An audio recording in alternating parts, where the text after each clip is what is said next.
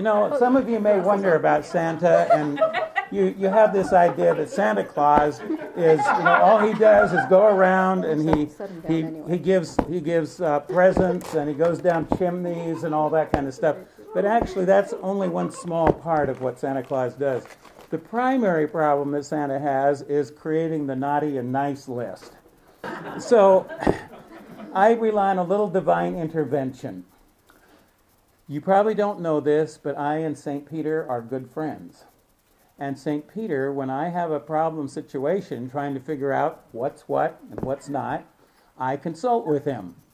Now, I wondered because, you know, oftentimes I found myself to be wrong about certain people, and he was flawlessly right on every time. And I said, how do you do that, St. Peter?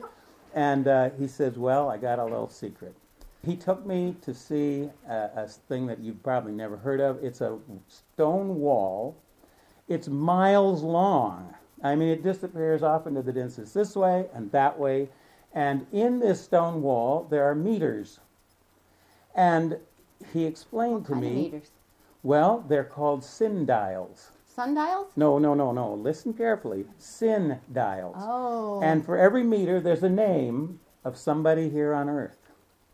And all they do is send workmen out every day to record your particular sundial reading. I said, whoa, this is interesting. I have some people that I would like to take a look at their sundial, if you wouldn't mind. Is that asking too much? Who? Who'd you check? Who'd you check, Santa?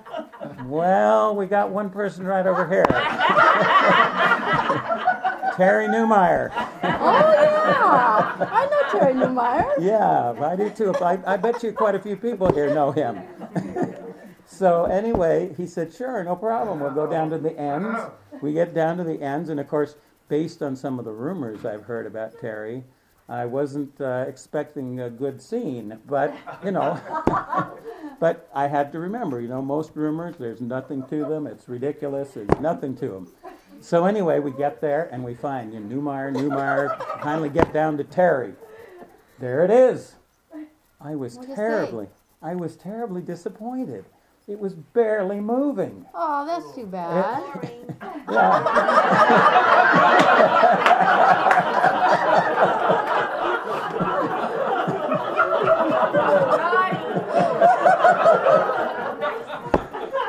So that's too bad. I know. No, it's not too bad. That's the way it's supposed to be. Oh. Sorry. That's what we're hoping for, that it's going very slowly. We don't want them to be going fast.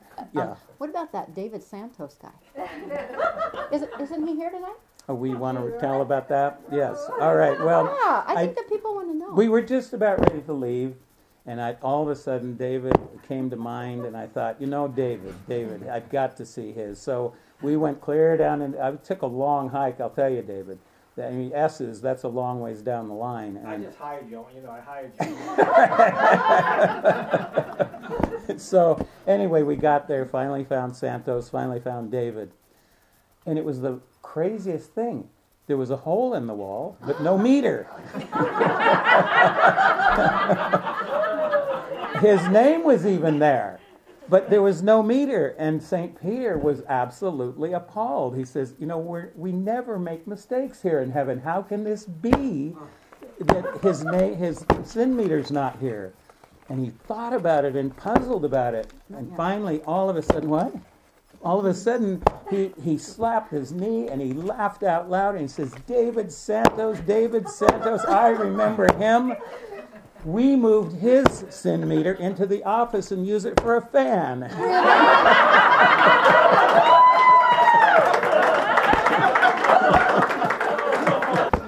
All right. Santa, are you going to tell us the story about the no-wait ER, the time you tried to take your sleigh and go to the no-wait ER? Oh, that's right. That's a subject dear to Terry Newmeyer's heart. The no-wait ER, way up in the North Pole, we've even heard of it. We have sleighs going around with the little sticky things on the back.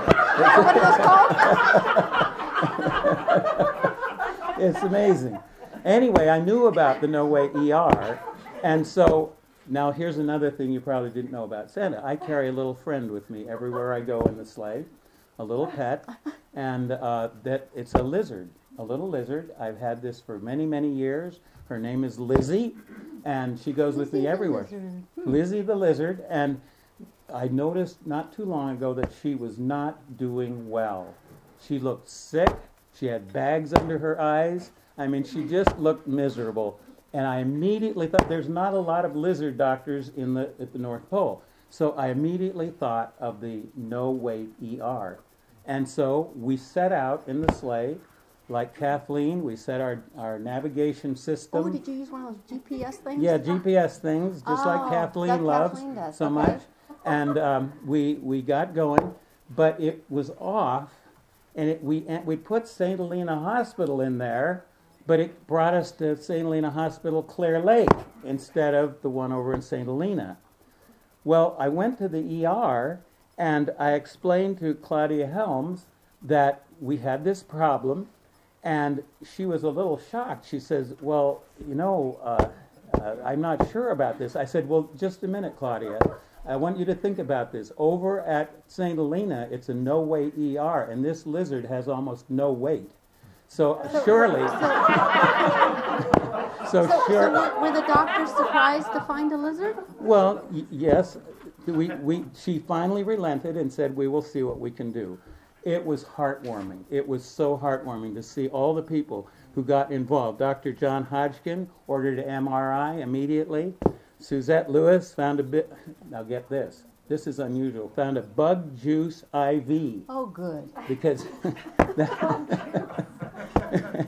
and Rex Shepard came in to make sure that there was, if there was any blood that got spilled or any mess, that would get cleaned up. Even Chaplain Bowers stepped in case there was spiritual assistance that was needed. It was just wonderful. I have a question. Yes? But did Amber Warner come in to check and see if there was any foul play? Yes, she did. And I explained to her that this was a lizard, not a fowl. So, anyway, now Kevin Cole stood by with the paddles in case those were needed. What paddles? Well, you know. Why does he need paddles? To keep people in line. No. No, because if there was a heart attack, they put them on the lizard's chest and revive them. Okay? Oh. Anyway, but you know what? It was just so amazing to see what they did with that lizard. The care, the concern, the love, and all the rest. I had tears in my eyes. I was so impressed with this hospital here. It was just so wonderful. Did they ever get around to telling you what was wrong with Lizzie? Well, they did. As I was wheeling Lizzie out in the wheelchair, out to the sleigh, I asked, who did I ask? Berta. Berta?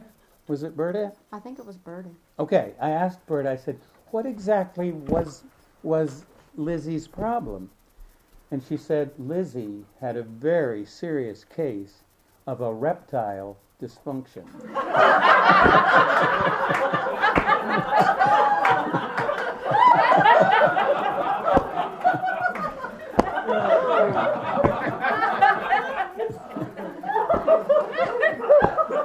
I ain't turning red on that one. Anyway, just a couple more items here. A couple of years ago, Mark Shapiro, is Mark Shapiro here? All right, Mark Shapiro was complaining about the food at a restaurant. I understand he's quite a food connoisseur, and anyway, that he was thinking about this, talking about it. But in the back of his mind, he knew that Christmas was coming up, and he had to buy a present for his mother-in-law. What did he get? Well, being a practical fellow, he decided that. I forgot. Oh yeah, no, I'm sorry. Yes, okay, I'm on the track here. It's Okay. Mark Shapiro. Yeah. Oh yeah, Mark Shapiro. I'm sorry, I'm not always up to it anymore. I mean, getting old, but anyway. Who makes up the stories? Yes. All right. So what anyway, was it? Mark Shapiro was trying to come up with something practical. You can buy all these stupid little presents, that are meaningless really, or you can buy something frilly, and what good is that? So he finally thought, I'll buy her something practical that she can use. So he bought her a cemetery plot.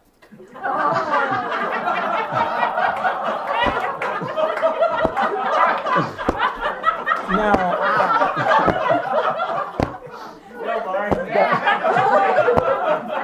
I didn't tell on you, Mark. so anyway, he bought this, and then the next year Christmas came around, he completely forgot about giving her another present. Well, she called him up and says, "What's the deal? You gave me a present last year, but you didn't give me one this year." And he says, "Hey, you didn't use the present I gave you last year."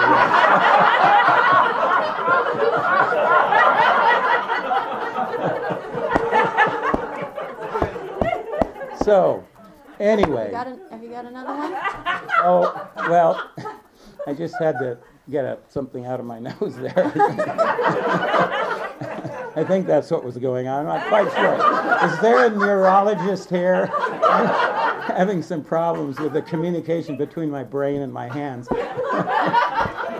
Anyway, I was trying to figure out who's someone here that has a couple kids, like a boy and a girl. Anyone here who has a couple kids?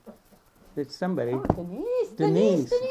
Ah, there we go. Okay. 2 boys and a girl. All right. 2 girls and a boy. Oh,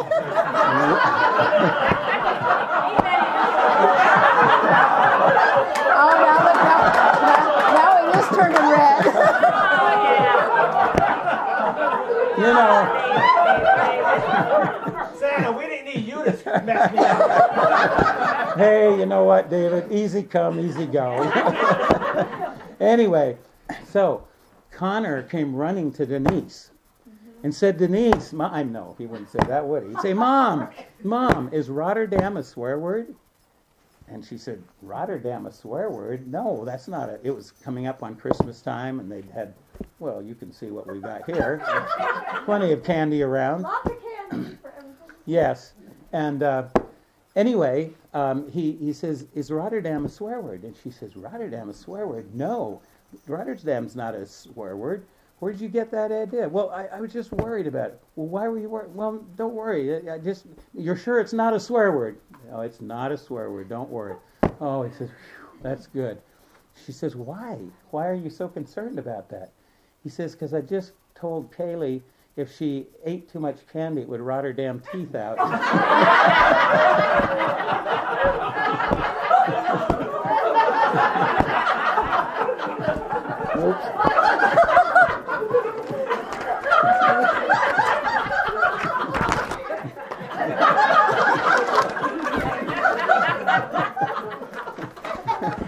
All right, Christmas to all of you, and thank you for coming. And all, yes, all I know is the Cajun night before Christmas, which is something that was the night before Christmas, and all through the house, not a thing passed, not even the mouse. Children has a good snug on the floor, and Mama passes pepper juice, you crack on the door, then out on the bayou, they got to the car, then up on the ground, then fall off a ladder. That's all I know of it. Have a Merry Christmas.